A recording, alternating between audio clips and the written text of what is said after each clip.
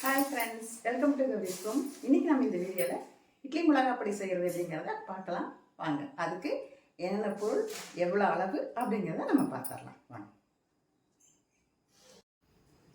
First நாம் எடுத்துக்க போகிறது கடலைப்பருப்பு வந்து ஒரு 200 கிராம் நான் எடுத்துக்கிறேன். 200 கிராம் கடலைப்பருப்பு இதை போட்டு நல்லா வறுப்போம்.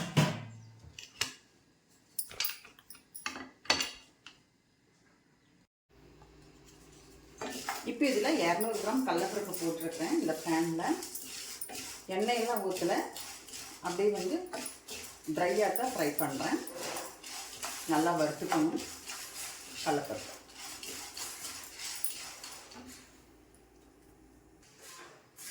இப்போ கடலைப்பருப்பு வந்து நல்லா ட்ரை ரோஸ்ட் பண்ணியாச்சு. கடலைப்பருப்பு வந்து கலர் மாறி இருக்குது, உங்களுக்கு பார்த்தாலே தெரியும். கொஞ்சம் கலர் மாறியாச்சு, மெரூன் கலர் வந்துட்டு இருக்குது. இப்போ இதை எடுத்து வேறு பாத்திரத்தில் கொட்டிக்கிறேன் நான். அடுத்தது வந்து உளுந்தம்பருப்பு போட்டுக்கலாம். 400 கிராம் எடுத்துருக்கிறேன். 2 தடவையாக போட்டு வறுத்துக்கலாம். ஒரே தடவையாக போட்டோம்னா ஒரே மாதிரி வறுப்படாது, அதுக்காக. ஏன்னா ஃபேன் சிக்ஸாக இருக்கு இல்லையா, 2 தடவையாக வறுத்துக்கலாம்.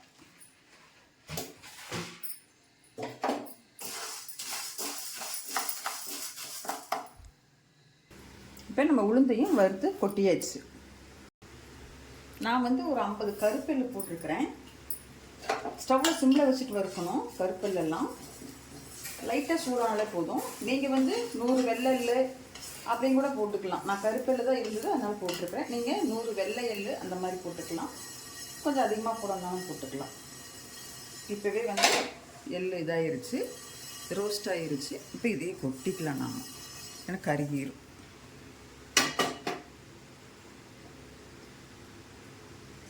இதில் ஒரு 50 எள்ளு நான் வறுத்துக்கிட்டு இருக்கேன். நீங்கள் 100 கிராம் எள்ளுமே வெள்ளை எல்லாம் இருந்தாலும் பரவாயில்ல, கருப்பெல்லாம் இருந்தாலும் பரவாயில்ல, கொட்டிக்கலாம். வறுத்து கொட்டிக்கோங்க.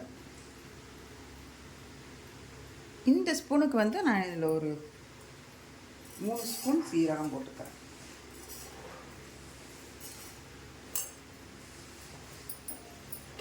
இது கொஞ்சம் சூடானாலே போதும், சிம்லேயே வச்சு வறுத்துக்கலாம்.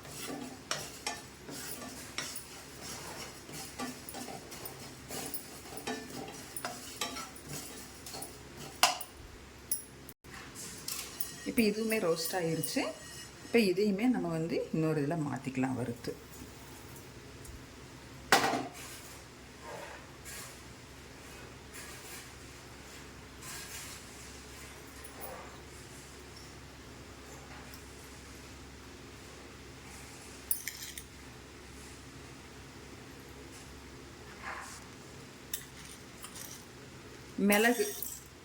மிளகு வந்து நீங்கள் போடணும்னு விருப்பப்பட்டீங்கன்னா போட்டுக்கலாம். நான் வந்து போடணும்னு விருப்பம் இருந்தால் போட்டுக்கலாம். இப்போ வரமிளகா வந்து ஒரு 24-25 வரமிளகா நான் போட்டு ட்ரையாகவே ரோஸ்ட் பண்ணிக்கிறேன்.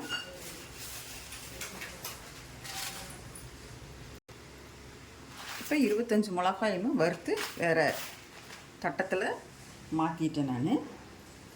அடுத்தது இதுக்கு ஒரு 40 கிராம் உப்பு, அதையும் போட்டு வறுத்துக்கலாம்.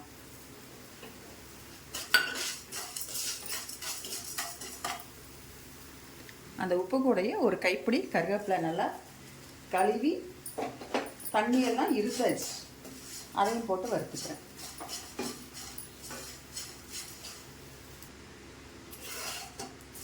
கருவேப்பிலை இந்த மாதிரி உடைச்சோம்னா இப்படி உடையணும், அப்போ தான் கருவேப்பிலை வறுத்தாச்சுன்னு அர்த்தம். இப்போ இதையுமே எடுத்து மாற்றிக்கலாம். அதையுமே வறுத்து கொட்டியாச்சு. கருவேப்பிலையும் உப்பும். பூண்டு பல் வந்து ஒரு 20 பல் பூண்டை எடுத்து நச்சு அப்படியே ட்ரையாகவே நம்ம வந்து ரோஸ்ட் பண்ணிக்கலாம். இப்போ பூண்டு வந்து இந்த மாதிரி இடித்து போட்டுருக்கேன். எண்ணெயில் ஊற்றலை, அப்படியே ட்ரையாக இப்படி வறுத்துக்க வேண்டியது தான். நல்லா அந்த தண்ணி பசவு போகிற வரைக்கும் வறுத்துடலாம். சிம்லேயே வச்சு வறுக்குங்க.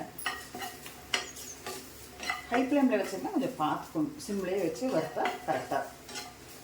தோல் எடுக்காமையே போட்டிருக்கேன். தோல் எடுக்காமலையும் போட்டுக்கலாம், ஒன்றும் தப்பு கிடையாது. நமக்கு அந்த தோலுடைய நார்ச்சத்து நமக்கு கிடைக்கும்.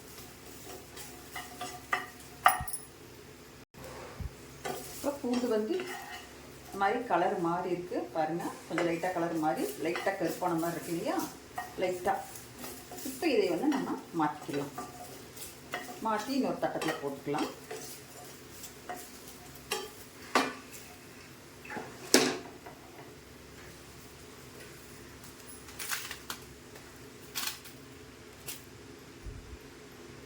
இப்போ எல்லாமே வறுத்தது எல்லாத்தையுமே இதில் நான் போட்டேன். கடைசியாக ஒரு ஐட்டம் வறுக்க போகிறோம். பெருங்காயம் இந்த அளவு எடுத்துருக்கிறேன். இப்போ இதையுமே வந்து எண்ணெயில் போட்டு பொரிச்சிடலாம்.